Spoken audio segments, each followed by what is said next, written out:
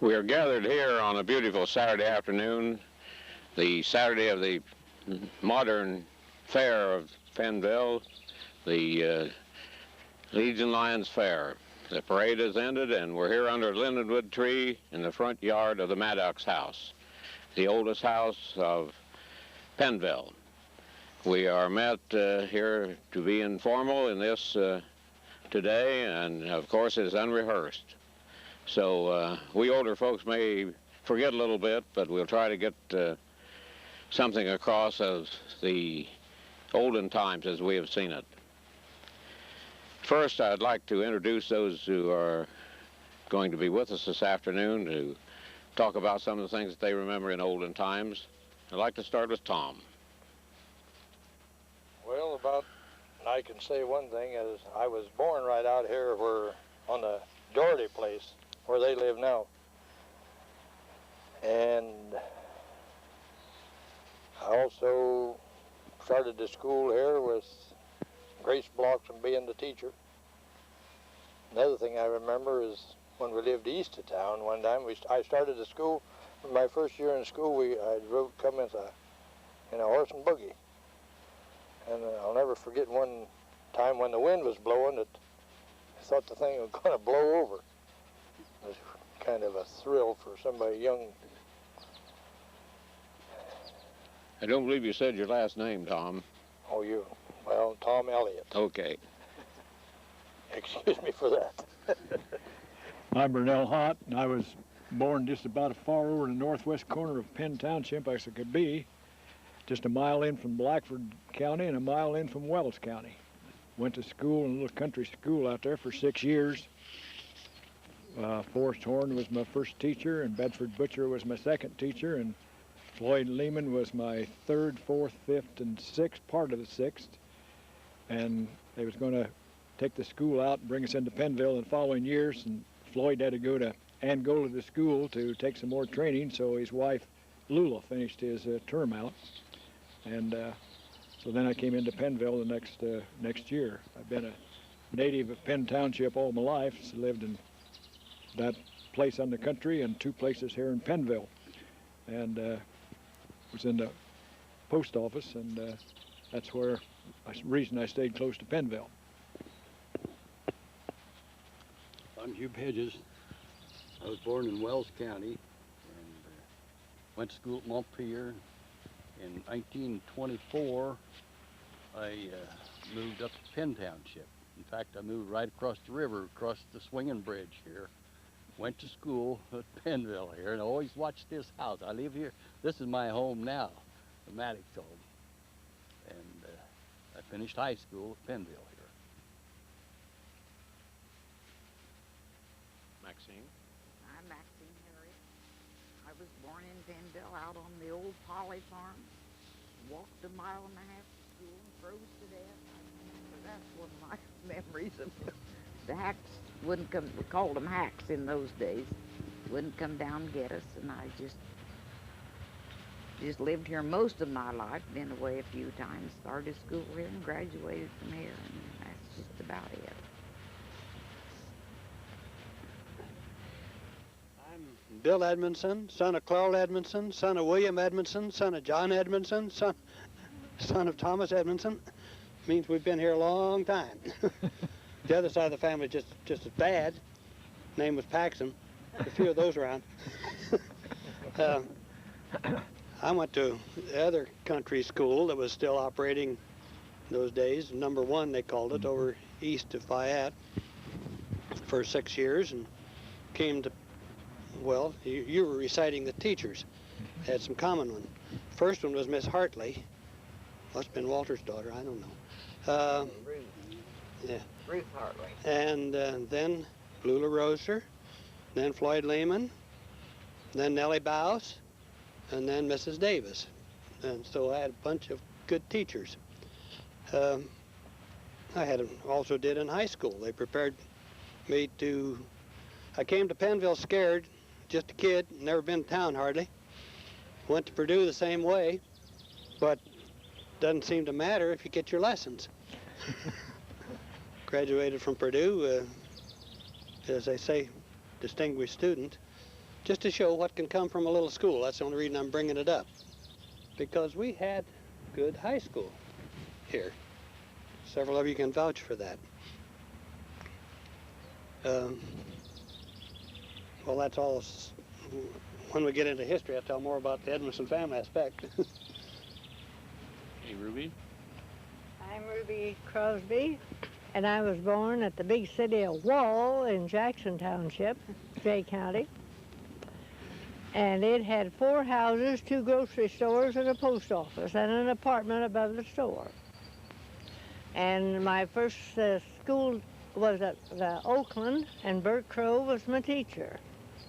I went there the first year of school, and from September till November in my second year, and Harvey Thornburg was my teacher, and he's an uncle of Etna Glendenning 9.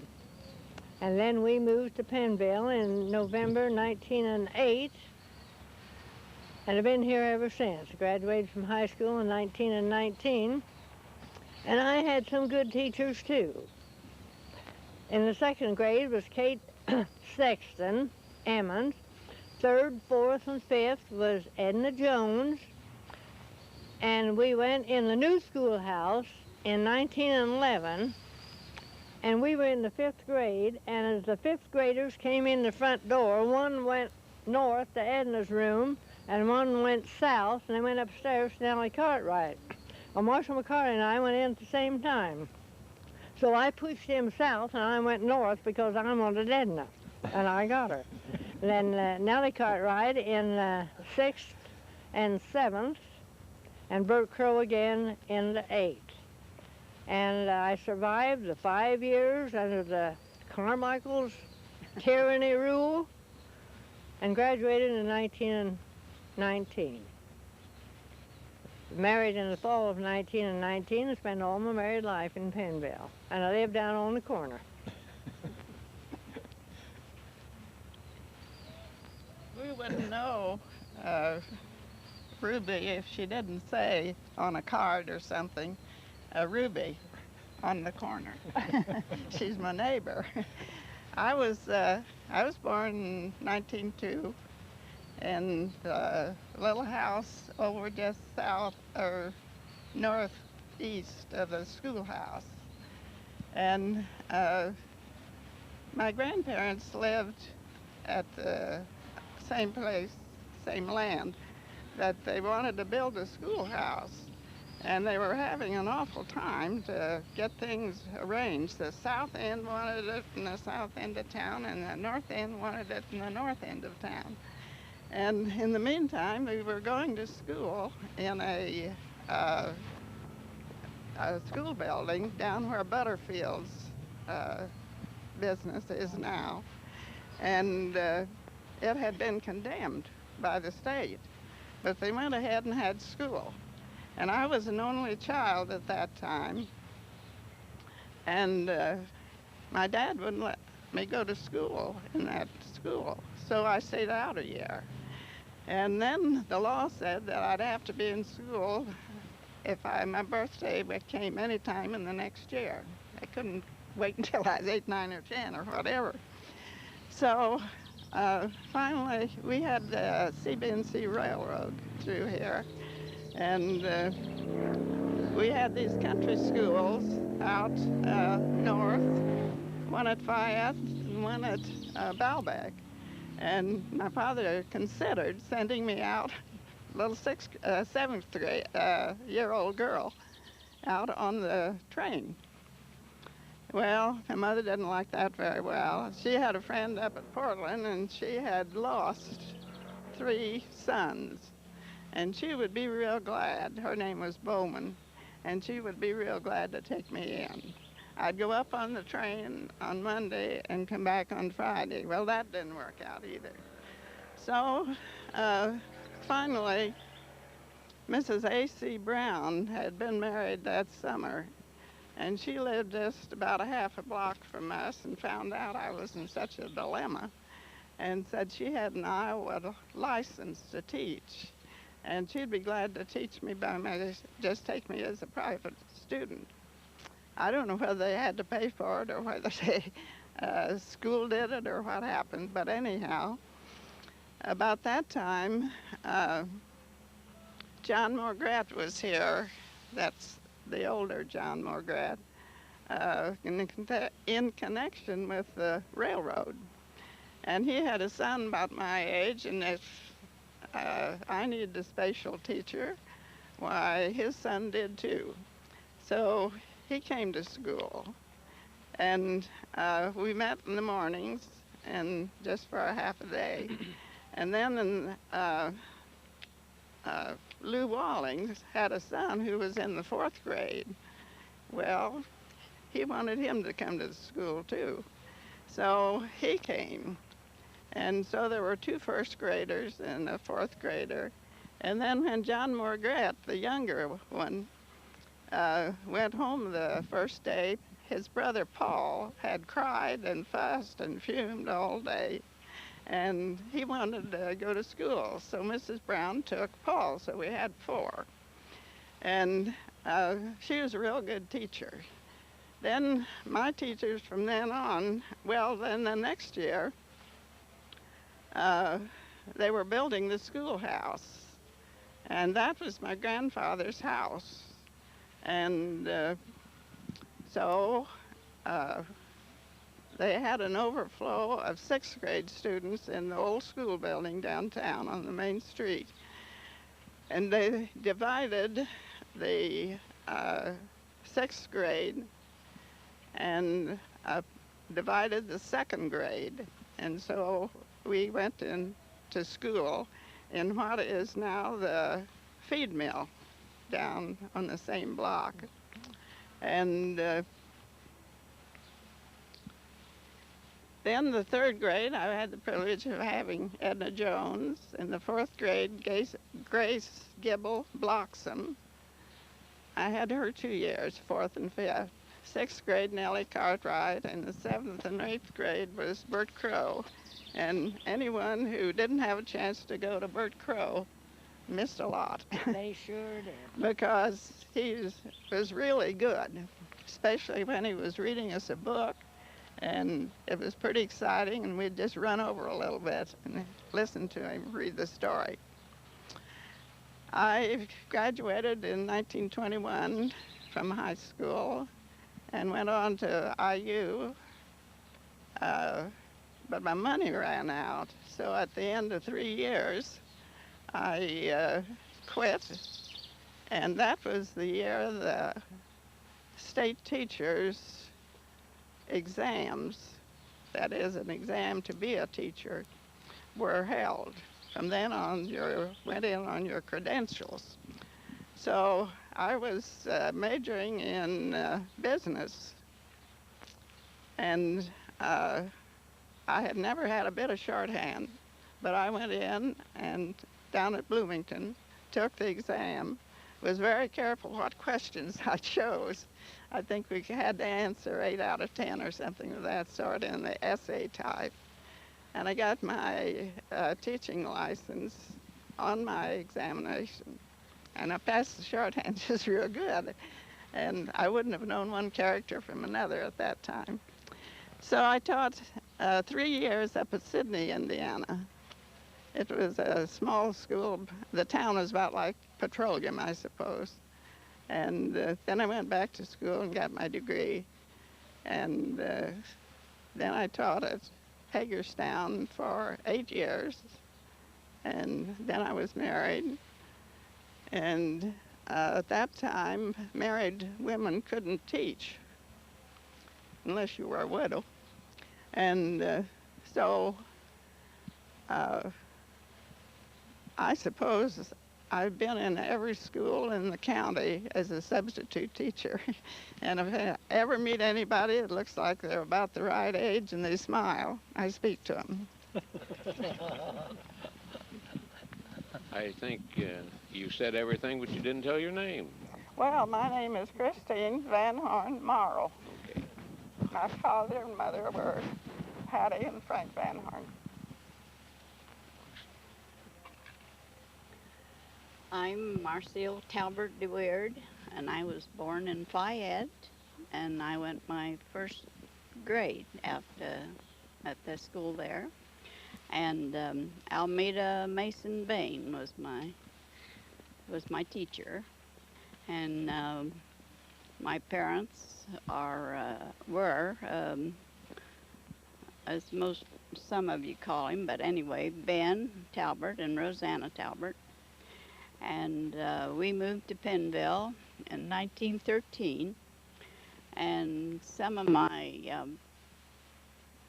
teachers I had after moving to Pennville were Susanna Gray Goblinger, Edna Jones, and Charlotte Blodgett.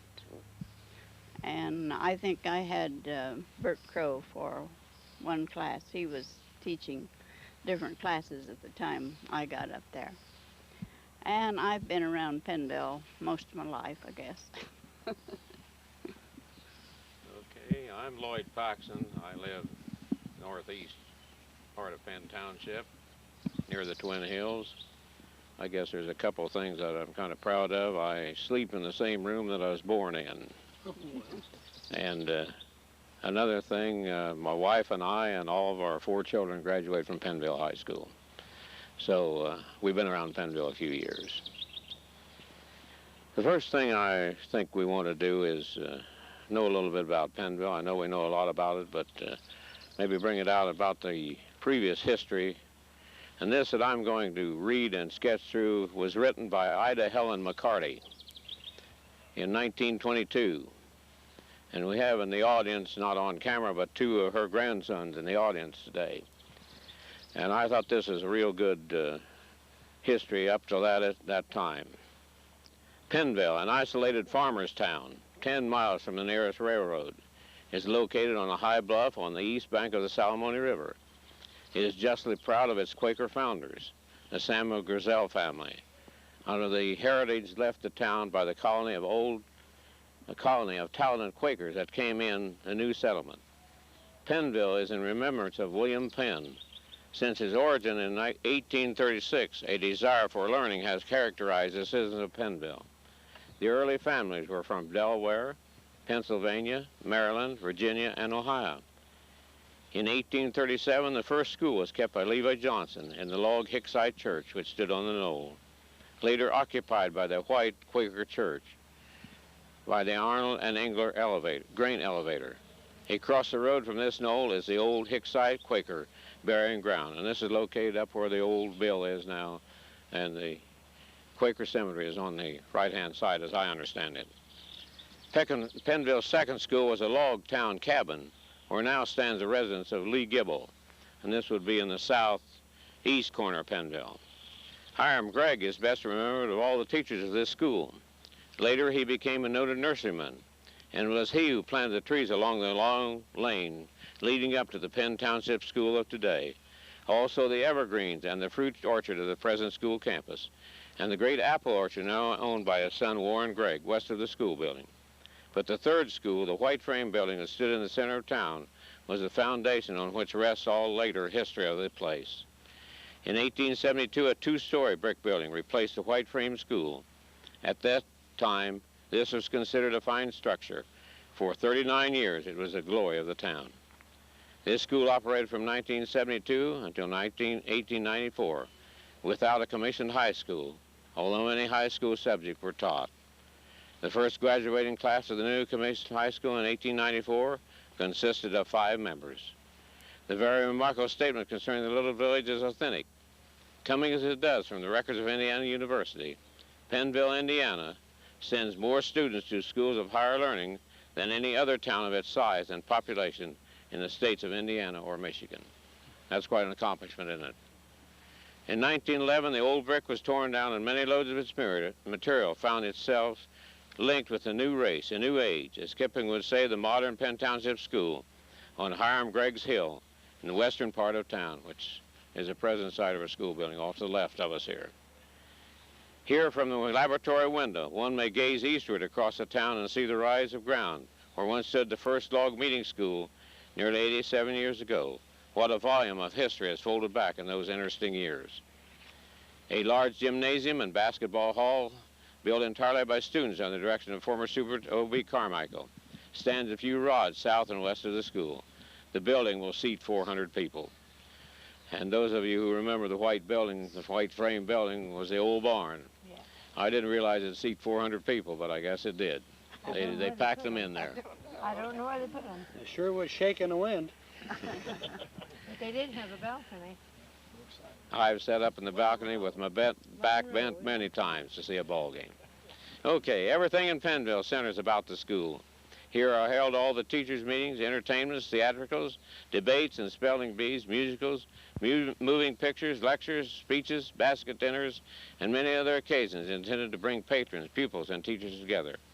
There is an extensive playground with the school, which in vacation is used for a picnic ground.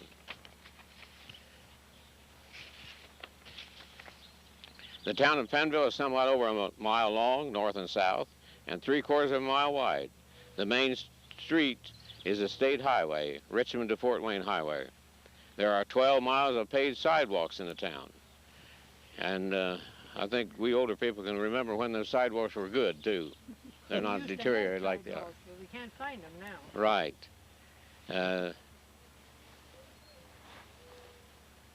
Electric lights, telephones, 3 garages, 3 gasoline filling stations, 178 automobiles. Besides those of the guards, and there are 2 daily jitneys to Portland and to Bluffton. The population is near 850 at present. This has always been a farmer's town. The farmland in this locality is unusually fertile, and there's still a good yield of oil and a moderate supply of gas. Out east of town are wonderful deposits of sand and gravel. All the farmers here raise purebred stock. As a proof of their progressiveness, hundreds of farm magazines arrive at the Pennville Post Office weekly. The Grange is one of the strongest and busiest in the state. Farmers' institutes are held each year and are well attended, not only by farmers, but by the citizens generally. The Grangers never miss an opportunity of displaying their products at the Jay County Fair and those of neighboring counties, and especially the State Fair. A stranger once asked, are all the citizens of Pennville Quakers? The Methodist Church has the largest congregation now and includes scores of families of Quaker origin. There is a Church of Christ which prides itself on its beautifully kept lawn and beds of flowers. There is a Friends Church in the old Hicksite Meeting House, which is seldom used. This is a lodge town. Besides the Grange, there are 6 large lodges, each one having a commodious hall.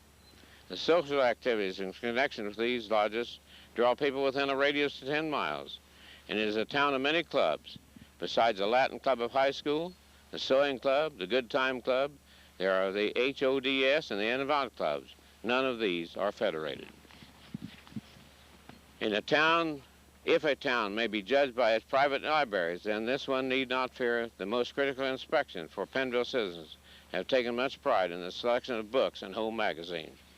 The Quaker habit of gleaning from the rarest and the finest flowers of literature may account for the fact that Pennville youth, brought up in this careful way, thrived and expanded a university course following as second nature. A visitor to the town once said, never anywhere have I heard of or seen so many relics and family heirlooms as are in Pennville. It's a veritable old curiosity shop. Here are pieces of furniture, cover lids, china, pewter, colonial cooking utensils, needlework, pictures, rare books and documents, jewelry and souvenirs of many wars, keepsakes from dozens of states. Money could not purchase these. The first oil well in the state of Indiana was drilled in Pennville, often called Camden in those days. Some of the weather-bleached timbers are still lying in the fields southeast of town, marking the site. These are ghostly relics of that great phrase in Indiana's history, the oil boom. Pennville was along the renowned Quaker trace of early leisure history. It also the Underground Railroad district of pre-Civil War fame. The old Harris home at Baalbek once sheltered Eliza of Uncle Tom's Cabin renown. In the last 50 years, Pennville has come to be known as the cradle of Methodism. This vicinity's early history is intimately connected with that of the Godfrey Indians, whose home was in the 4,000-acre reserve in the corner of Blackford and Jay. These Indians sold their land and moved up near Fort Wayne. 2 homes in Pennville are built of brick taken from the Chief Godfrey's house. And we're looking at both of them if we look at the house to the left and the one over on the east side of us. These are the last houses in the western part of town before one takes a drive around the beautiful, shady, winding river road, one of the 7 pikes leading out of Pennville, and it's still that way if you go out that way. Near the beginning of this same road is one of the curious wire-foot bridges across the Salmone, which always enters visitors of the town. Ascent is made by steps into a tall tree, where there is a platform on which one reaches a narrow bridge, swinging 20 feet above the river, and then crosses to the other side into a platform in another tree. It requires a level head to do the trick. Close by this bridge is a giant oak tree, which marks a spot where a band of the Godfrey Indians camped by night while exploring along the river for a reputed burial treasure, coming back for this long after the tribe had moved. Following the river roads westward, one comes to the old reserve, now a great part in farmlands. It's worth a day's drive to explore this region. Other points of interest are first, the Lupton Pony Farm on the angling pike to Hartford City, west of Pennville. And those of you who remember that is now owned by the Eglin family, I think, out on Old 22. This is the A.G. Lupton summer home on a farm of 400 acres where live 350 ponies, Mexican burros, goats, and black-belted cattle. There are 3 tenant houses, an immense barn, hospital, blacksmith shop, racetrack, corrals, and so forth. Mr. Lupton is a Pennville boy, though his address is Hartford City. East of Pennville are the 3 large, well-kept cemeteries. These cemeteries are the special care of the citizens. Still eastward is 160 acres of pure gravel, the Margaret Farm with its gravel pits. Still on are the famous Twin Hills, once 200 feet above level, now nearly all converted into sand piles. In this neighborhood are the spooky little ginseng farm in Hoover's Grove and the great maple sugar camp of Mr. Walter Hartley, one of the few such camps in Indiana. And going north brings one to the old Spiritless Church, Grove, and Burying Ground. This once had a large following and had statewide reputation. This locality reminds us of some of Dickens' weird scenes in Bleak House. South of Pennville on the Red Key Pike is a large Dunkard church in the midst of prosperous Dunkard community. And now this church is known by the Church of the Brethren. Pennville has a birdman. This is the banker H.H. Coughley, a home boy. His fine modern residence is enhanced by many artistic birdhouses and feed stations. He also lectures to school children all over the state on bird life, bird conservation, and native trees. That concludes the part of this history. That brings us up to a little further in the history of Pennville, I think. I think now it's time to reminisce about some of the things that we remember. I think a good thing to start with would be the CB&C Railroad. And Ruby, I think you remember a little bit about that. I sure do. I rode on it once from Pennville to Portland. And after they disbanded the trains, they had what they call a bug. It just looked like one car run by a motor, not electricity, and we called it the bug. And I used to make the trip from Pennville to Fayette to spend the weekend on the bug. I thought that was a big deal. And down across from the elevator on the south side, west of the cemetery, was what they called the stockyards. And that's where they took their stock that was bought and shipped on the railroad to some other destination for something. I don't know what. I don't know what they did with it after I left Pennville. And Dave Hoover run the stockyards.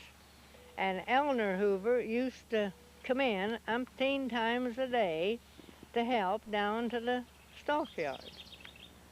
I don't know what she did, but she was there. And she drove a car. We lived on the Mason farm for 5 years, and we'd see her pass just several times a day going down to help whatever she did. But I do remember the CB&C. As I understand it, as I read about it, the CB&C went broke because some man run off with a bunch of money. Well, it was supposed to go from Chicago to Cincinnati. Cincinnati, Bluffton, and Chicago, CB&C. Chicago, Bluffton, and Cincinnati. Oh, was it that way around? Sorry. Crooks, bumps, and curves. Corned beef and cabbage. That's what I Yeah, always they heard, is called corned both beef and names. cabbage. And in 1917, I think it went out of business. And ties and whatever during World War II were in the bottom of the Atlantic. The rails. The rails. Yeah, they tore it down to ship over there and it never made it, as I recall. As I understand it, the engine is in the bottom of the ocean too. Yeah, it is. They were shipping it overseas. It never got there. How many? And they never went down to get it. How many remember that the Highway 1, I don't know even whether it had that number then or not, used to jog at Baalbek and cross the railroad? Oh, yeah. And I got hit there one time. And then it jogged again down at the Eberly farm. Mm-hmm. But anyway, the Highway 1 north from Baalbek till it hits the curve there by Billy Hurst's place now,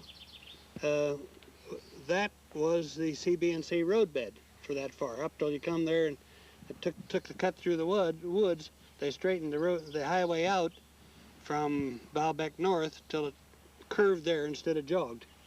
Where's this Baalbek at? Some of these young people that may see this film later on or this script may not even know where Baalbek is. Heck, I don't know. A world-famous inventor was born there. But they burned my birth house down. I was born just east of where Chris Penrod lived all those years, and in a house that's since burned. Any other North of Pennville. Well, any other thoughts about the CB&C Railroad? Well, I think the next thing we ought to talk about is the history of this house and the other brick house here that some of us can see from where we're sitting under this lindenwood tree. Hubert Hedges is the present owner of this house, and I'd like for him to bring us up to date a little bit, how it was built and so forth. Well, way back in history, when the Indians were put on the reserve out here, after the Greenville Treaty, why, they were put on reserves, and the government built a storehouse and built a house for Chief Godfrey. And they built it in 1816 or close to it, give or take a year or two. And they lived out there till 1832. And then they moved to Peru. Well, they left the storehouse and Godfrey's home out there, and Chandler bought the bricks or moved the bricks into Pennville, moved the house in here, and rebuilt it in here. And that was, they started it in 1839 and finished it in 1842. So that's kind of the history of this house. That house, the one that was over by Portland, wasn't here on this reserve, but the one that was built? No, this was out in Blackford County. Oh, okay. This because Chief Godfrey also lived for a while. They had a small reserve south of Portland. Yeah. That's right. Or south and west. There was 6 sections out in Blackford and Jay County. Yeah. And sitting crossways with the world. yeah, yeah. Did you ever know I lived here? Yeah, I knew that you lived here. We What moved years here was that? in March of 1910, and I had what Dr. Heason called walking typhoid fever. There was a cellar under the house. It's still there. And it was filled with stagnant water, no drain. It couldn't get out, and that's where my germs were coming from. And Dr. Heason told my father that if he wanted to save me, they'd have to move away. So that fall, in September, we moved out on Dr. Mason's farm, there by the cemetery, and lived there 5 years. But while we lived here, Cliff Gant, you know, had the show uptown, there where the laundromat is, where our new bank's going to be. And he advertised the shows with a megaphone. And that summer, this lady in Chicago that killed people and buried them in her yard, if anybody went to her house, the neighbors never saw them come out. And he advertised that show, and that just used to scare me to death, because you can imagine a man's voice through a megaphone anyhow. And we could hear it from uptown up here. And her name was, I thought Gunnell or something like that, but a few weeks ago in a June paper, that story came out. She had died, and her name was Gunness. So I was right on, I wasn't quite right on the name, but I knew it had a gun in it. And that happened in 1910. But everybody that went to her house when she lived in Chicago never returned, and she cut them to pieces and buried them on her property. And that haunted me, and I always was afraid. Well, when did they move the theater then across the street? Oh, that was quite a while after that. Quite a while after that. I don't know whether Cliff was living when they moved it across the street or not, or whether B.S. took over after she married him. I just don't know for sure about that. But anyhow. Talking about when Kagras had it. And then the next year, on the Mason farm, I had the typhoid fever, what they called a light case, 3 weeks and 4 days. By the way, that's the reason I don't eat baked apples. I had dry toast and a baked apple every day for 3 weeks and 4 days. And I can't look him in the face yet today. Now that's a foolish thing, but that's the truth. Okay, if you probably can see a picture of the house on the tape some places, we've been talking about it, and certainly looks in good repair for a house that old. Those brick have held up really good to be there the number of years that they have. Dr. Moyer and his wife Lena lived in the house over there, in the other brick house, when we lived here. It's been decorated up by the caretakers here with some beautiful flowers up there in front of the windows. Well, it was a pretty place when they lived there. Okay, what about the swinging bridge? Who wants to talk about the swinging bridge? If you could pretty near see it, if you could look down here to the right of where we're sitting. Right. I think you could see it if the bushes wasn't there. Yeah. Who wants to talk about swinging bridge? All I remember is Uncle Bunk used to go across there to pump the old oil wells. He built a swinging That was bridge. They that built was the after swinging my bridge, dad the had oil the well. oil well oil well across there. people We used to built walk across there too, and the boys would be delighted to get the girls on the bridge and then wiggle it.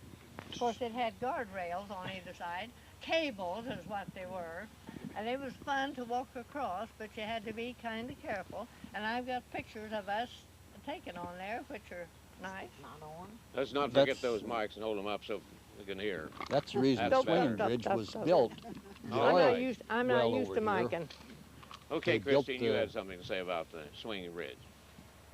Every Sunday afternoon, in my younger days, we'd go out and go to various places all over town and take pictures. There'd be 4 or 5 of us together. And this taking pictures with a Kodak was really something then. And almost always we'd end up over here at the swinging bridge. And most of the time, well, we'd be afraid to go over it in the first place because it wasn't very wide. And if you didn't hang on to that cable across for the railing, you were lost. As Ruby said, it did the boys a lot of good to shake that bridge and just scare the living wits out of you. I don't remember when it was taken down, but my father also used it in going out to oil wells. Yes, he did when he worked for Papa. And Didn't my it- father worked for her father. Didn't it wash out or get caught and log jam on the... Supposedly one of the oak trees that held it burnt out and let it fall. Oh, okay. That's my understanding. I suppose that back in those days there wasn't any young boys that'd get their girlfriends out on that bridge and swing them back and forth with it. Not likely. I never knew that, but the boys like to swing the girls and scare them to death. But there were bad boys that went down there underneath the bridge and smoked cigarettes at noontime. And I made one of the important vows of my life on account of that. Because my dad heard about it and said, well, son, I don't really think you should do that. Said, I promised my mother I wouldn't smoke till I was 21, and I wish I'd never started when I was 21. He said, will you promise to hold off till you're 21? I said, yes. Because I was just tickled to death not to get a real scolding. And that's one vow I kept. Never did smoke. What about the lagoon that was in the southwest part of town? That was a honey. Okay, I don't remember. You mean the I mill don't remember pond? it, of course, and I don't remember hearing too much about it. So you would probably remember. I do. My Okay. Cougars Tell us Lagoon. about it. Yes, they lived there. And they had boating, and the girls had the long skirts that came to the ground and these great big broad-ribbed hats, and they went boating in that, them and their boyfriends, and that was something to see. Now, I never got to go on the lagoon because we didn't go where our folks, we weren't turned loose. We stayed with our folks. But these were young ladies. I don't remember who they were, but they were older than I was because they had the long dresses and the big hats, but I remember that lagoon. I've got a picture. I have too. Don't I understand that was a skating pond, too? Well, I don't They know. made ice out of it, didn't they? My Cougar would pack it in sawdust Yeah, he We'd had, have he ice in had the an ice summertime. house down through there. the summer. Uh-huh. They had a 4th of July celebration down there. I wasn't big enough to go to school. And I think everybody in town went down. And it was a basket lunch. And I think 2 baskets would have probably have fed them. Everybody brought as much as they could. Fried chicken and all that good stuff. And I happened to be across from the slide that went down into the water, and every person that got on that slide and went down the slide to the pond, I thought they're never coming back. What Yeah. ruined the lagoon then was when they dredged the Salamone Yes. River. Uh-huh. That took care of the lagoon. we And just I don't lost it. remember what year that was. Probably It about was 12 or 13, something along in there. give or take a year or two. I used to go over to McCarty's and watch them go by. Wasn't there an island out in the center of the lagoon? Beg pardon? Was there an island out in the center of the lagoon? The pictures look like there's an island out there. I don't remember. Mike made the It was blocks big. down there too, that built the house where Coles lived and Yeah. the Christian church That's what he and the used to do. foundation of our house. And they're all crumbling. I guess it's time Long to walk. do. They used to make cement blocks uptown between where Ruth Kuhn lived and where the pantry is, right along there, right out on just off of the street. They made them there every day. And then there was another place out just east of Maple Lawn Cemetery, and I think Kaler's owned that, the doctor in town. Harold worked there. You Right. get back that long lane, they had a building back Uh-huh. there. The boys used to think it was smart to get out there and climb up on top of the building and show off when anybody went past. And then it was kind of the style at that time to make a fence around your yard with these cement blocks. And I suppose it's about 3 or 4 blocks high, cement blocks high, and then a flat piece on top. The last one I remember is the Winget House having it around there. They had it when you lived there, didn't you? Yeah. Sounds like the young folks entertained themselves pretty well back in those times. We have a building up on the main street of Pennville that's been there a good while. The old, what we used to call the hotel building. It's now a funeral home. And we had a fellow that worked in a barn back of that by the name of Ben Talbert, which happens to be Marcia DeWeird's dad. And Marcia, you want to tell us a little bit about that? Well, my folks lived here in Pennville at the time that my father decided he wanted to learn the blacksmith trade, so he, Cliff Gant, the one that had the picture show here, he was the blacksmith here in Pennville at the time. And so my dad, he taught my dad how to be a blacksmith. And he worked for Cliff for $1 a day. And later I had to get a paper out to find out some of this stuff because I've given most all the clippings away, or I think they're in the scrapbooks at the library. And So Dad worked for $1 a day, and he says he soon earned a reputation of an expert at mounting rubber buggy tires. And after a year, why, Mr. Gant offered him $9 a week. But Dad wanted $15 a week. So at that time, he decided he would go out to Fayette, and he opened his own shop out at Fayette. And he was there 5 years, and then he heard of in Oklahoma about the big oil boom and all the horseshoeing there was to do out there. And we had, at one time, we had some postcard pictures of Dad taken in his shop in Oklahoma, and my land, the pile of horseshoes. They were piled up, well, I wouldn't begin to say how many would have been there, but anyway, there was an awful pile of shoes. Then Dad got interested in the racetrack, and of course he followed that, and he's shod several Kentucky Derby winner horses. I have a picture at home of Zeb, and also the shoe that Dad made, that Zeb made when he won the Kentucky Derby. And he worked for Mr. Widener for a good many years until he passed away. And Dad would go down to their farm at Lexington, Kentucky. And when he retired from that, why, he came back to Pennville, and he had his, well, before he came back and retired, he had a shop out in this barn there behind where the funeral home is, and now they've torn it down.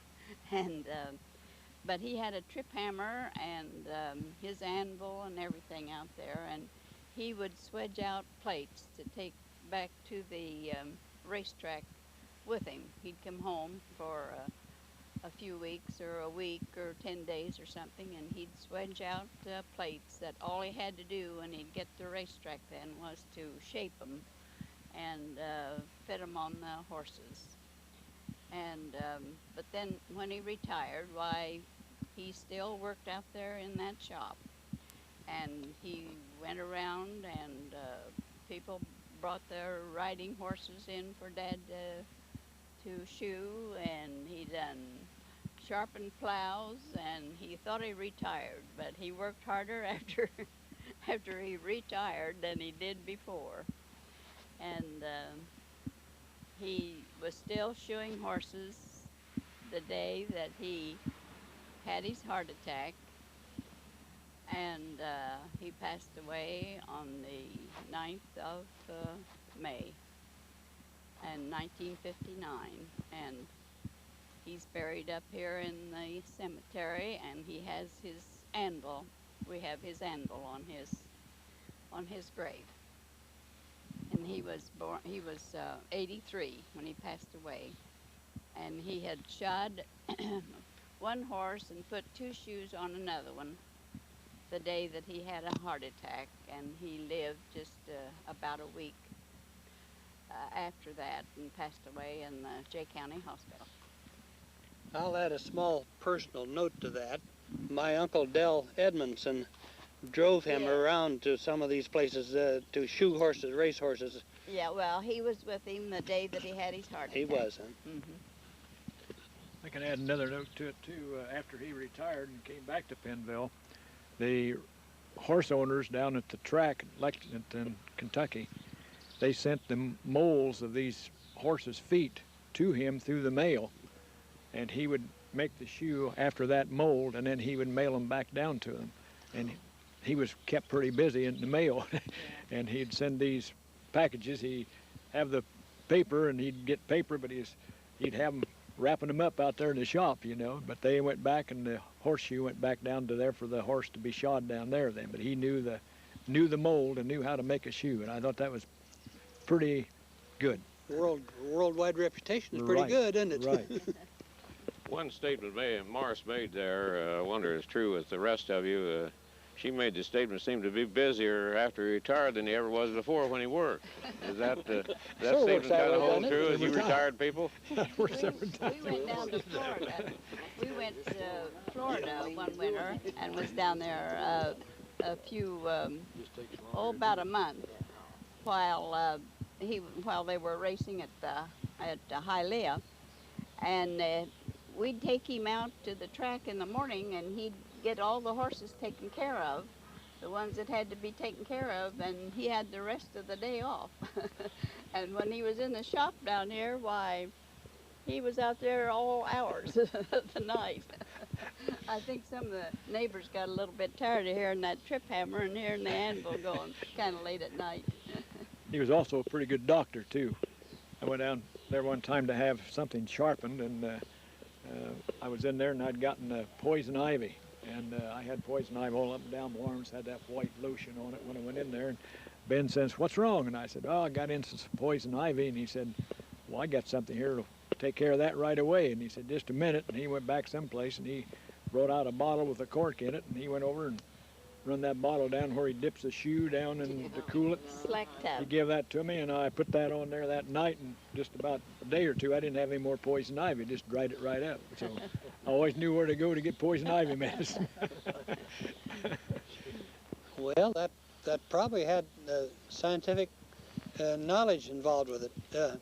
Well, but he learned it, but I think it was the manganese in the iron that came out in the heating that did the healing. Right.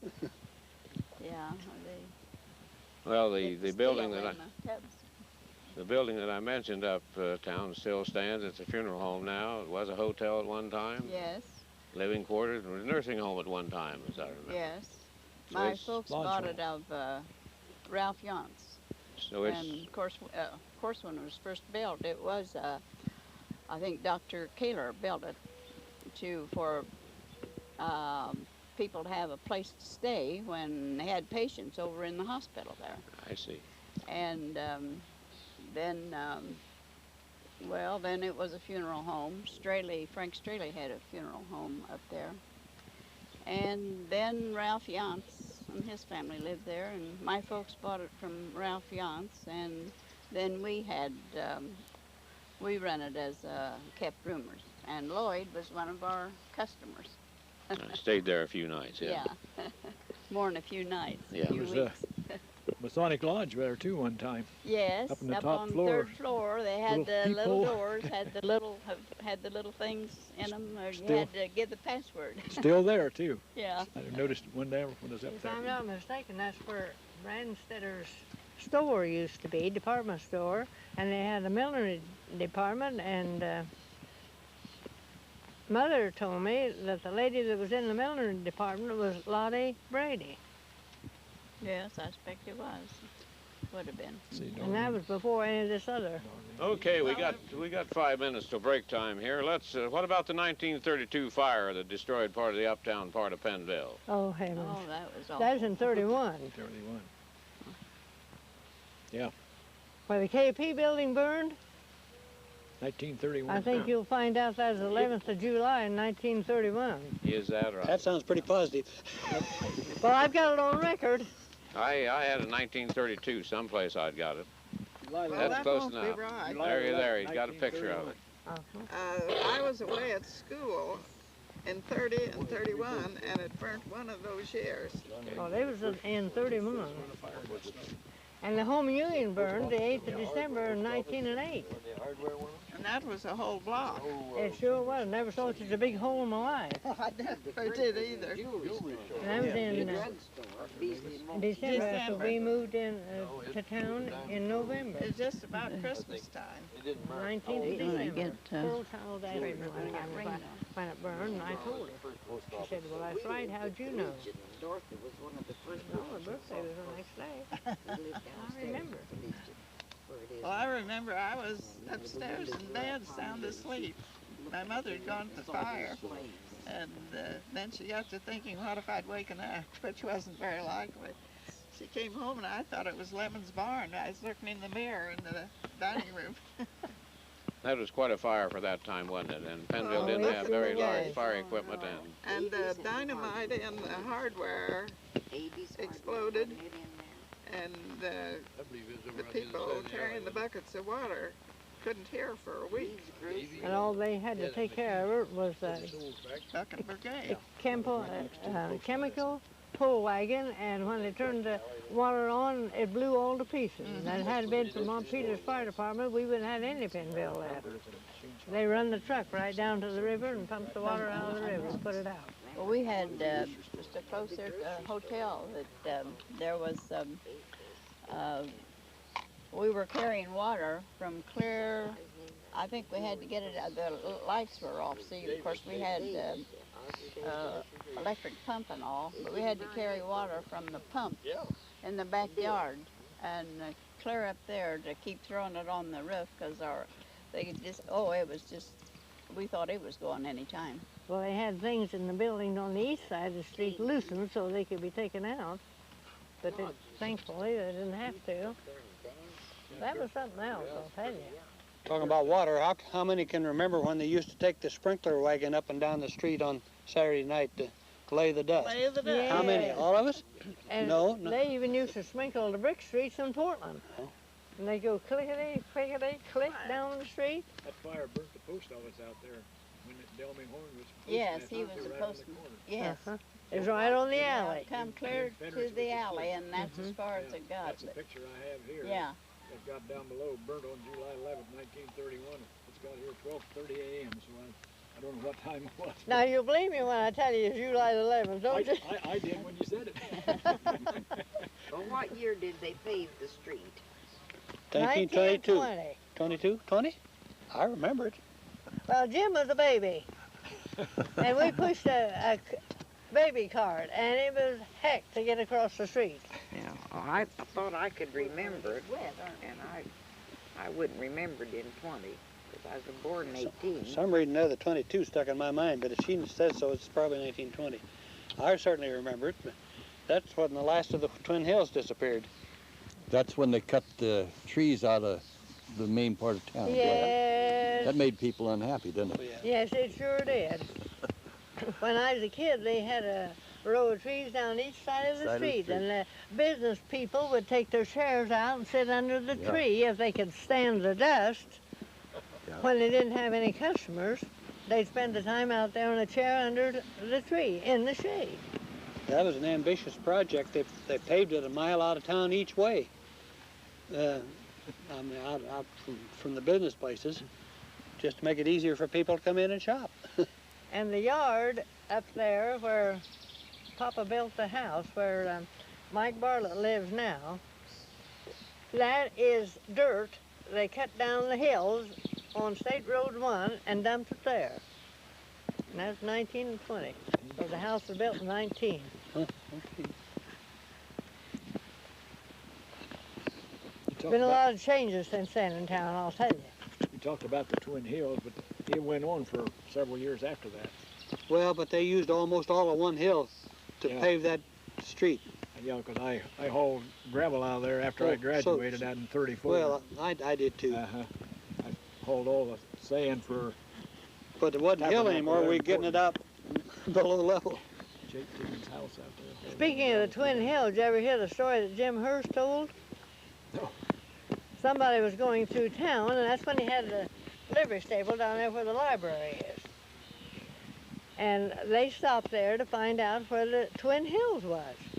And he directed them, and he said, you better hurry out there, because they've got one of them hauled away, and they're starting on the other one tomorrow. Okay, let's take a little break here, and we'll be on some more of the program in a few minutes. We got to get back to some earlier. Here, you be... Oh, that's good. We get half on one side and half on the other.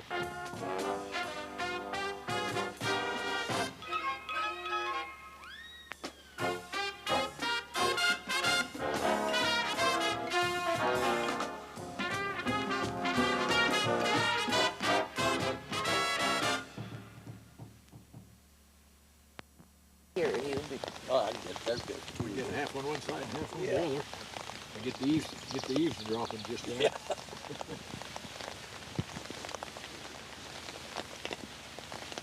Okay, as you notice here, we're sitting around with umbrellas overhead. It's come one of those typical July Indiana storms of an afternoon. No thunder and lightning, but just a little rain. So we're going to try to continue and finish up. We have several more things to talk about as we reminisce of olden times. What about the Providence Hospital here in town? Anybody remember anything about the hospital here? Yeah, sure we do. Who wants to tell about it? You got anything to say? Well, you say it first. If you leave out anything, I'll put it in. I can remember that the first time that they had surgery in Pennville was on Dr. Charles Kaler's son, Harold Kaler. And then he later went on to become a doctor. And also the second son in the family is a doctor, or was a doctor. Truman. They're all deceased now. Yeah. And I don't know that they had more than about 1 or 2 nurses who had pretty long hours during the time. And then they went on in, I believe, about 1918 to Bluffton and established what is now the Kaler Nickel Clinic. And a great many people from Pennville continued to doctor with them at that time. And as I said,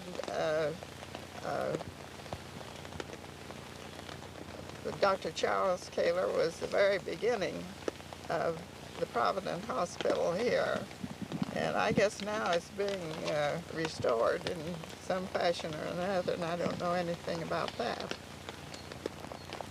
Some fashion or other is right.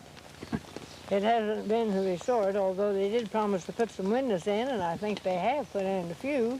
And a door. Yes. But it's surrounded by so much trash you can hardly see the building. And nobody has any idea what it's like And inside. that porch they had up above the front entrance, they made Griles tear that off years ago because the birds harbored in there. Later it was used for apartments. They had apartments upstairs and 2 downstairs, I guess. Had several people And in there. at the time of Beasley and Wolf's drugstore here, Beasley's lived there on the south side. Dr. Hyatt had offices in there, didn't Yes. he? Remember? Yes, he was a doctor there. Dr. Hickman was in with Kaler's too. If I hear the story correctly, if the CB&C Railroad had been a success, the Kaler and Nickel Clinic possibly could have been in Pennville at this present day. Is That's that what correct? That's what they always claimed. And I went to a dentist in the clinic one time, and he said, "Do you know, Ruby, that I might have been a dentist in your town if they hadn't lost the railroad?" Horse feathers. Well, we lost one when the railroad didn't succeed, didn't it? Yep. There's always been a post office in Pennville for many years. Burnell has been a postmaster for many years. He's retired now, but I've asked him to bring us up to date a little bit on the price of stamps and so forth. Anything to do with the post office in Pennville. Maybe he goes clear back to Camden, I don't know. Well, I'll bring you up on a little history of the Pennville post office. The post office was established in the town of Camden, which is now Pennville, as a Penn Post Office, January the 19th, 1839. There was another town of Camden in Carroll County, Indiana, which had a post office, so the post office here could not be called Camden Post Office. Later, the name of town and the post office was changed to Pennville on March the 10th, 1848. First postmaster was John D. Jones of the Penn Post Office. He was appointed on January the 19th, 1839, and served only until March the 5th, 1939, when John W. M. Carr was appointed. He was followed by Job Carr, Jr., who was appointed on August the 29th, 1840, and Basil Baker, who was appointed on September the 30th, 1843. Then Anthony Pittman, who was appointed on May the 15th, 1844. Alexander White was appointed postmaster on February the 3rd, 1848, and was serving when the name was changed to Pennville Post Office on March the 10th, 1848. and I have a list of all the postmasters from the first one clear down to when I left, and the others I know is Mary Lee and Rebecca Stafford, and that finishes on down to the present list. But I've got all the names of those older postmasters, and that's just kind of the brief history of the United States Post Office here in the service of, and I hope I've given you just a little thought of the great postal system that we've got. And we all, where we're located, are able to enjoy and use the postal system. It's a privilege that when I was working overseas with the Army Post Office, 873 Army Postal Unit, and I had the privilege of going into post offices in England, Luxembourg, France, and Germany. And after seeing the way they handled the mail in those countries over there, I will assure you that I would not trade our postal system for any that I've seen in these foreign countries. And I would like to impress on us that we all are part of the world's largest postal system. So then they're talking about the stamps. I'll give you the rundown of the history of first-class letter rates. In 1885 to 1917, they were 2 cents. 1917 to 1919, they went up to 3 cents. That was during the war years. In 1919, they was dropped back to 2 cents by Congress. July the 16th, 1932, they went up to 3 cents. August the 1st, 1958, 4 cents. January the 7th, 1963, 5 cents. January the 7th, 1968, 6 cents. May the 16th, 1971, 8 cents. March 2nd, 1974, 10 cents. December 31st, 1975, 13 cents. May the 19th, 1978, 15 cents. March 22nd, 1981 was 18 cents. November the 1st, 1981, they went up to 20 cents. And then I retired in 1982, and I think they're 29 cents now, and I think they went to 22 and 25. Now, I don't know about in between 25 and 29, but that'll bring you up to the present price of 29 cents. Post office rates then have greatly raised over the last few years. Yes, particularly. Well, that just went with inflation. That's. You remember what a nickel would buy in 1930? However, you look at the foreign mail book and the other book, you won't find a country that sells less than we do on their stamped mail.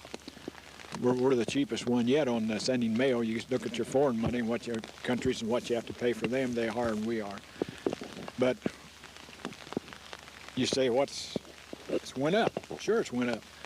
You can send a letter from here to Alaska, Hawaii, down in our possessions, 29 cents. That's pretty good thing on your money yet.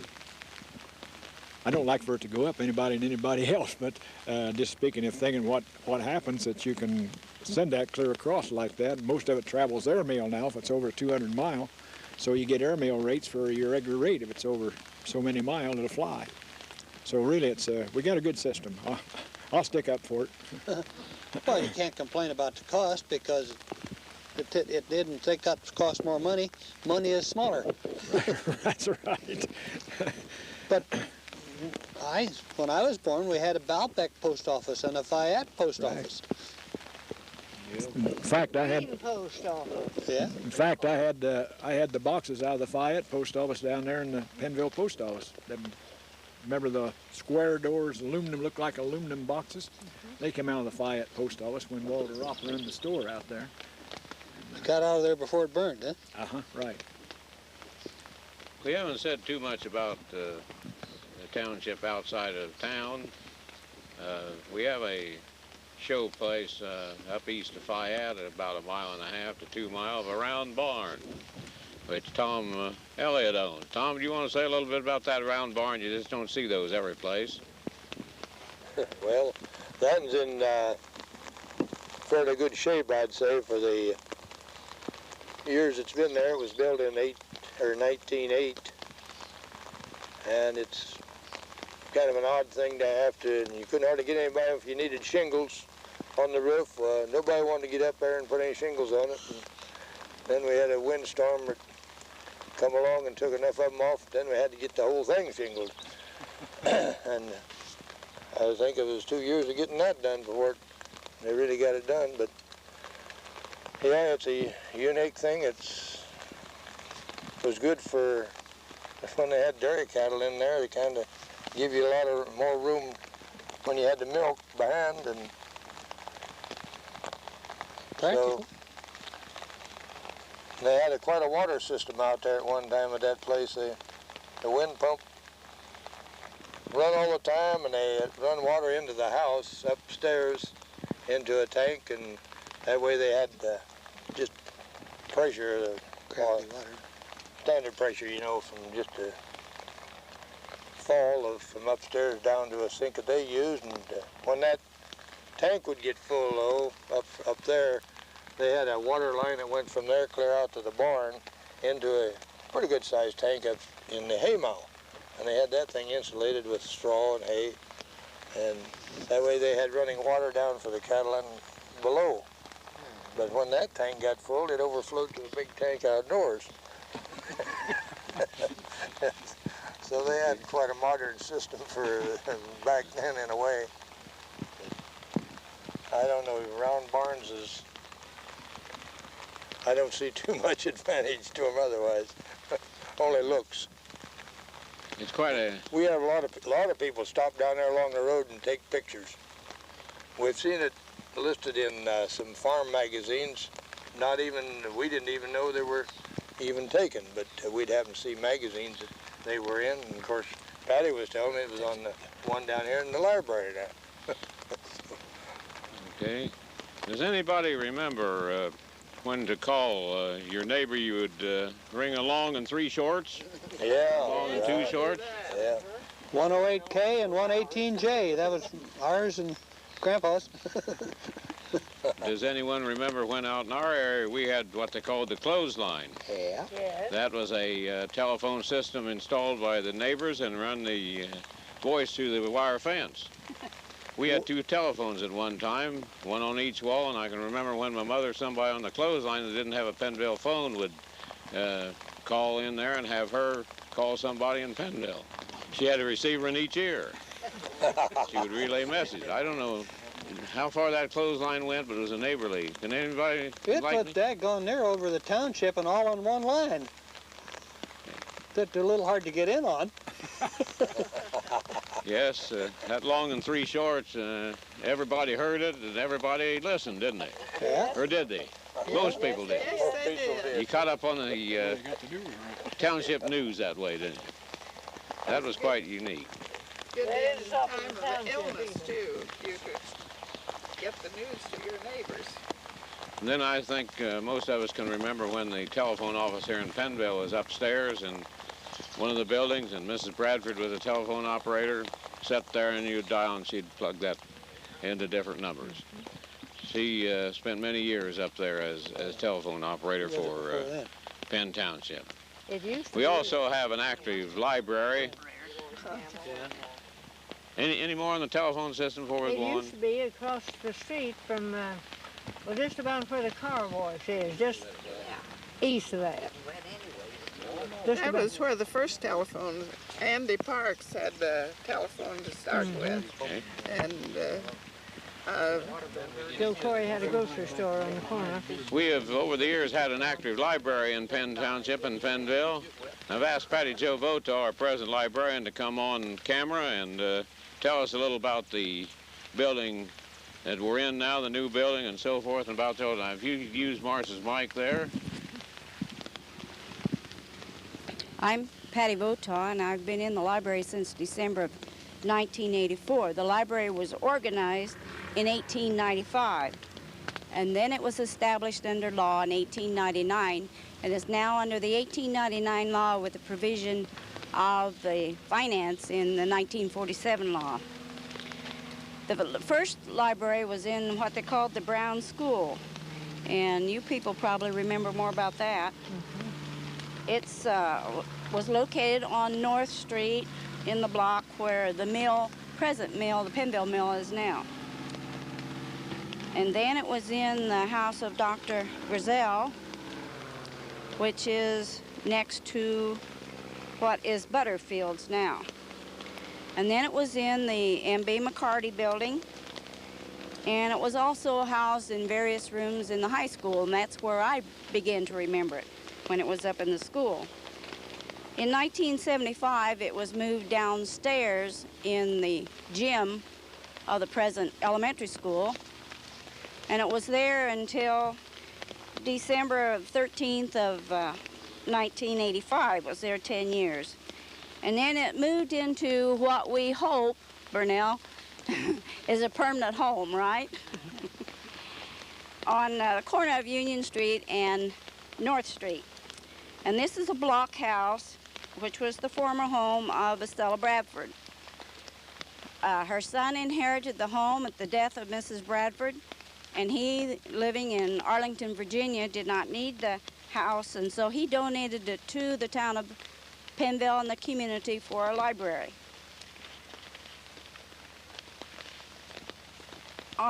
It was dedicated on July 12th, 1985, in memory of Mrs. Bradford. This, we did a $25,000 project in renovation of this building, and Burnell Hott and Ray Platt and Earl Chrisman were the main fellows that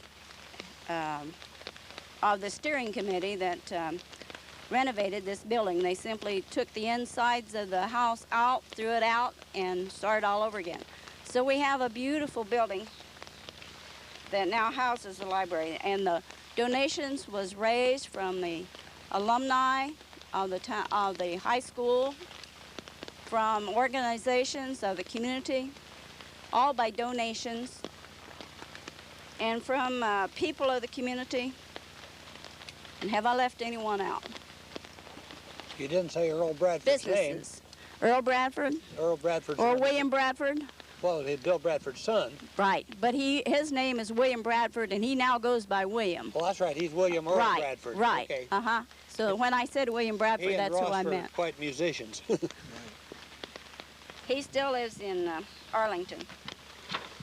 Earl played violin just like Okay, Patty, thank you very much. Anybody else anything to say on the library? Certainly a nice building for a little community like Pennville, and we hope that it's maintained and kept up. I would like to say that when I was in high school, I was a librarian, and I wore a key around my neck at school. And anybody needing a book in the library for a reference, they came to me, and we got that taken care of. And I want to tell you that I worked for the library for 3 or 4 years while I was in high school, and I got the big sum of 50 cents a week. And they said, now, we don't want to pay you every week, so you just wait until you get $10 or $12, and then we'll write you a check. When did Mrs. Walling start?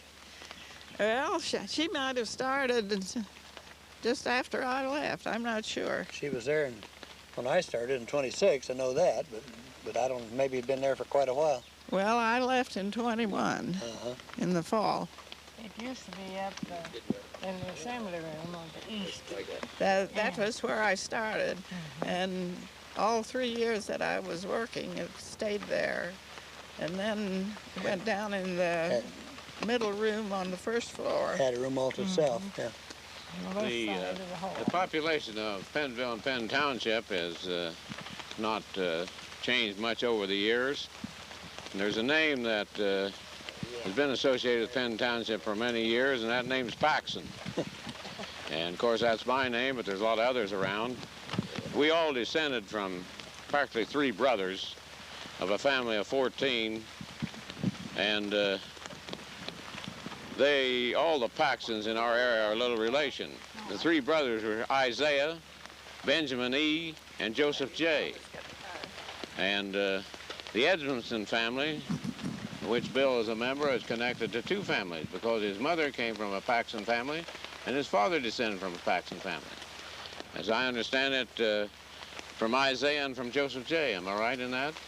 And Joseph J. he was rather prolific. He had some 18 children.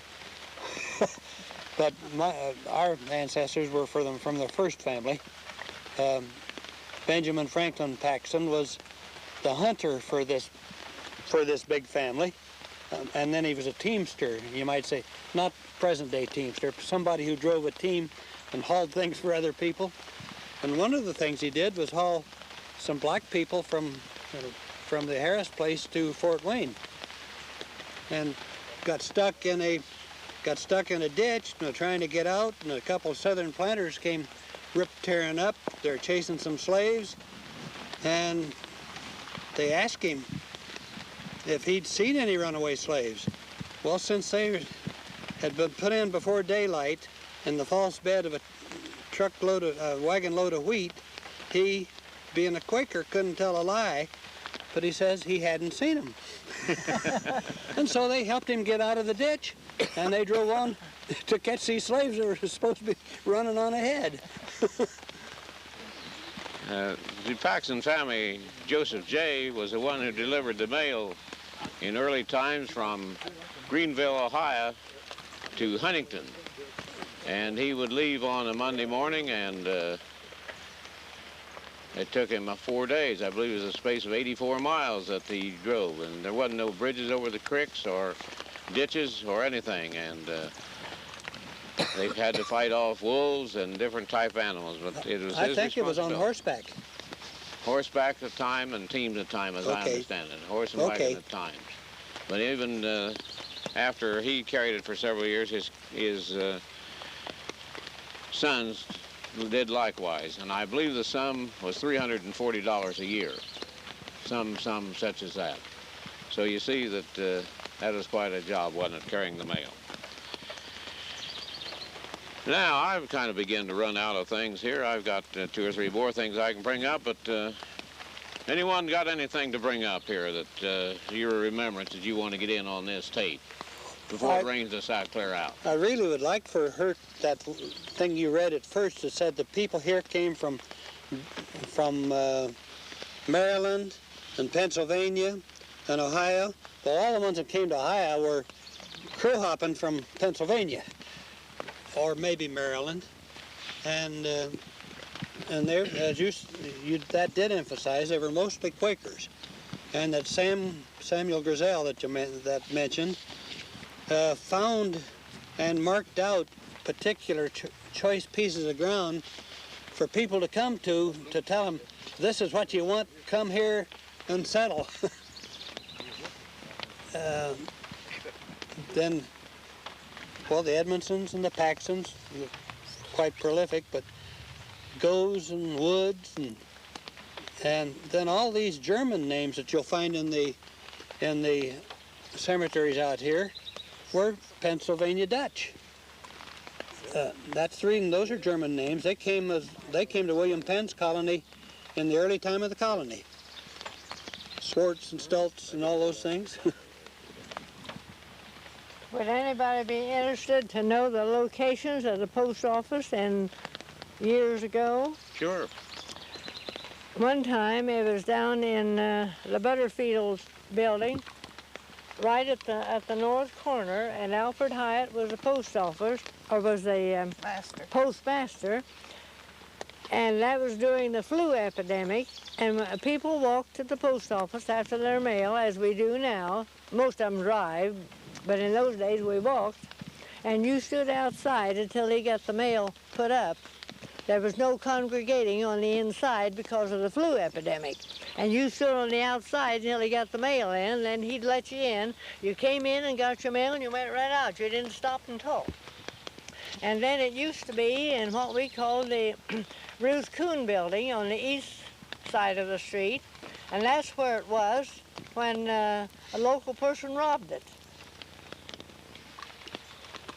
And then it was on another location was up, the building isn't there anymore, where north of the old dime store building, right on the corner. Raymond Sale used to have a grocery store right there. We walked on sidewalks down to the Methodist Church, and it was right there at the corner as you turned. And Horney was in there, and that's when Jim Fetters worked for him, in that location. There's one down at the north end.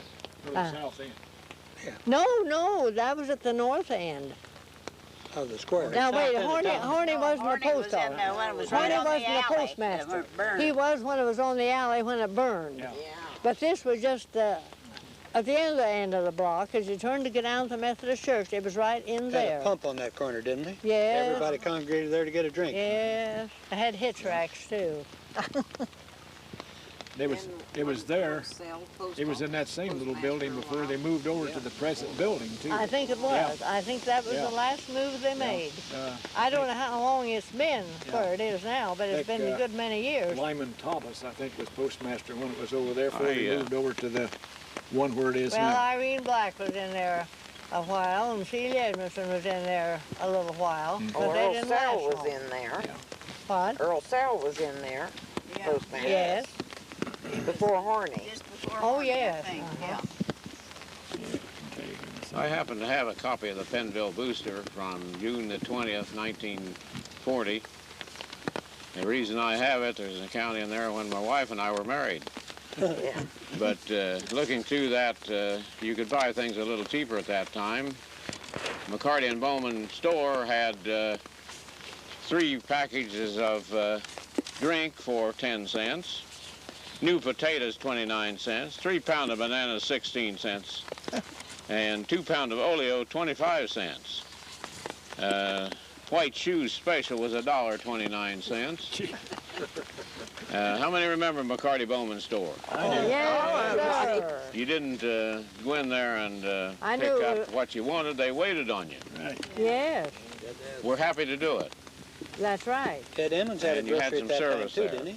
Also, Yes, he had one, but one time there was 5 grocery stores in Pennville. Ed Remember that, McConnell. Christine? Remember Ed Yes, McConnell? my had a dad grocery there. owned one. He called it the Quality Grocery, and it was on the north end of the Butterfield place where the post office had been. And he bought that from Gibble and McDormand, or maybe Grace Gibble was married then. But she used to help us in the store. And there were 5 stores at that time. John Reed had a store, and Ed McConnell, and Mrs. Romine, and my dad, and McCarty and Bowman's. And there was a huckster that went from down here. What was his name? Kimes? What? Kimes? You think of Yes, it as I'm Kimes? thinking of Kimes. And he ran a huckster wagon out through the country, and so did John Reed from his grocery store. You know when those prices. bringing up that subject, I can remember when I was in school coming down the alley and going in the Kime store right over here someplace, the other side of us. So I remember Mr. Kime was kind of a rough man, and he didn't enjoy the kids in there. Am I right in that? That's right. But he had the alley here from the Muller place where it was. And he had candy in the barrels, and you could buy pretty cheap, a lot of it. They wouldn't allow you to sell it that way. He was always in trouble with the boys in high school, you know. Yes, I As know. I remember, there was some problem there. Yeah, I see there some of the sure rest of you smiling. Anybody get into trouble with Mr. The Kime? boys in high school. You remember that, Brunel? Well, I was always thinking about him chasing the cats out of the candy before he'd sell it. The cat was always laying in the candy. It was the best tasting candy he ever had. It was sure different. After he got the cat chased out. Well, I think you remember Mr. Kime. Also, in this paper I've got What was his Burwell Addington had a Chevrolet sales and service, and he's got advertised in here a 1939 Chevrolet coach, a 1937 Ford two-door, a 1936 Plymouth coach, 2 1936 Chevrolet coaches, a 1936 Ford two-door. We'd be happy to have that to buy nowadays, wouldn't we? What was the price on that 39 Chevrolet?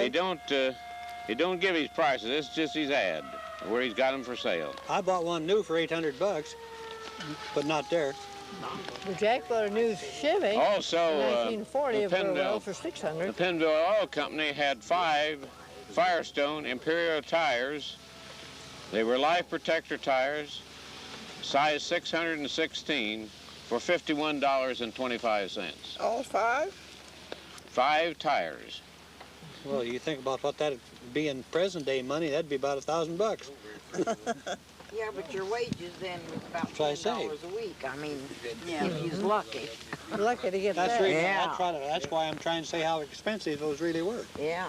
I think before we close, we ought to say a little something about our school building over here and when the new gym was built and the old barn that we talked about as we began the meeting was moved back, and it remained there as a shelter for the school buses for a while and then for storage, and eventually was torn down and we built a new gym.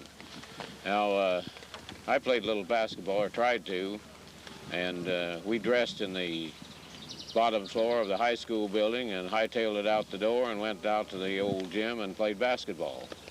Sweaty, we went back. Kids couldn't take it nowadays in that atmosphere. No. Nobody ever died from that, I don't believe. We might have had a cold. But they come to the conclusion we needed a new gym, and the people went together, along with Mr. Bain, our trustee at that time, and built a new gym, of which is just over to our left from where we're sitting here. The people donated by their labor approximately $25,000 to that project. And it still remains a nice building, a gym where meetings are held, and we have a grade school here, and the grade kids can play in it. It was a great addition to the community at that time. You can't do that now. Pardon? You can't do it that way now. You can't do it that way now. Unfortunately. Oh, somebody ought to mention there are people here who had mothers that played basketball for Pennville High School, and somebody here who did play basketball for Pennville High School. Well, I played. I'm looking right at you. But we played by girls' rules. And we played petroleum one time, and my opponent was Beatrice Burritt, and I never did forget her name. That was quite a different kind of a game. The floor was divided into 3 zones. Your basket and then the center zone. And I must not have been very good because they let me be the one in the center. I don't know what I did. Well, I was always on the end. Well, the ones in the center had to get a hold of the ball and throw it to the end, wherever our basket was. We couldn't get out of there. And she'd always knock it out of my hand. I didn't like it. Sometimes I got there first. Did you know that Pennville had a football team at one time? Yeah. Great. Oh, yeah. In 1900, Carl Edmondson, Bill's dad, was a member of that team. Uncle Dell They was not too? only played high school boys, they didn't have enough, so they played the janitor and some of the teachers. I think Walter IHSAA Hughes nowadays was on wouldn't the- like that very well, would they? Lloyd, I think Walter Hughes was on the football team. Probably was. Bert Crow, Harry Gray, too. Yes, he was. Tate Earhart. Tate, is that right? Earhart, anyway. Avery Hodge. Dave Hodge? Okay, is there anything else anyone wants to bring up? I would just like to say that I'm real proud that I'm the great-granddaughter of this Hiram Gregg that you mentioned at the beginning. And he bought all this land surrounding us here, clear down to the main street. And as I think was mentioned in the article, made the Maple Tree Drive down there. And it's called Green Park Avenue, and he called his home Green Park. I remember the old Jones house stood up on the hill before they built the school. Yes, I do too. That was about the only thing I could think to bring this afternoon, but I still didn't have the nerve to get to the bottom of a cedar chest to get it. I didn't have time to hunt out anything with this fair going on. Can anyone remember when ice cream cone was a nickel? Yeah. Yes. Double dip. Double dip, a big And double. Majestic Hedges was one of the dippers. I remember when Mrs. Tyndall had a cream station up right next to the post office, and we'd bring our cream in to sell on Saturday afternoon. And I'd beg for an ice cream cone, and sometimes I'd get it, and sometimes I didn't. My mother said, I don't have the money today. But next week, maybe I did. It only took a nickel, but back then, a nickel was a nickel. And it went further now than, well, I'd hate to say what denomination of money. There used to be a cream station there on, I don't know why they always chose that corner. There where the town pump was. In that first building room, Helen Cash used to work in. in that cream station. Then Tyndall had the It was a one Farm where- Bureau station then for It across might the have street been- for might years. have been. Not there, but across the Farm Bureau station was on the east side of the street. Yeah, in the Coon building. One other thing I think the people of Penn Township and Pennville ought to be thankful for is we've had a good fire department over the years and protected us in a great way. And some of the fellows took great chances fighting fires. We've been protected. It's very good. And this department was organized in 1919, as I remember. Is that right, Ruby? The real department was, yes. Jack came to town in January and went in business and was instrumental in organizing the fire department. He was the first fire chief, and Barber Jim was the secretary. Whitaker, that is. Okay, anyone else anything to say before we cut this off?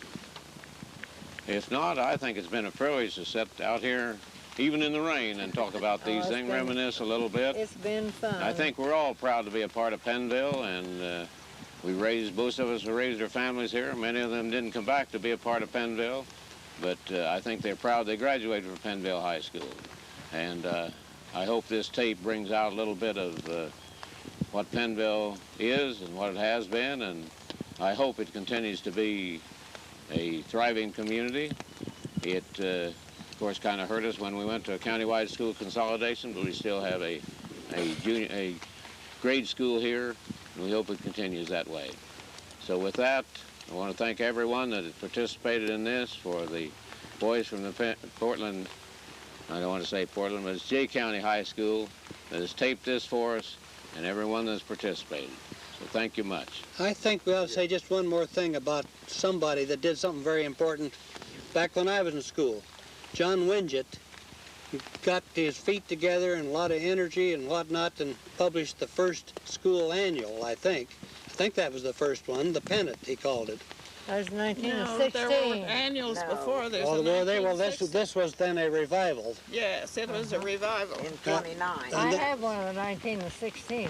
I do too. I think that I was the also first have one. a 29 one. And they didn't have another And that then John went on to be the editor of the school newspaper at Purdue. I don't know whether everybody registered that or not. Okay. And he worked all his life for Armco down in Middletown, I guess. Didn't he? Yes, as far as I know. Okay, He's with still that, up. we'll bid everyone goodbye.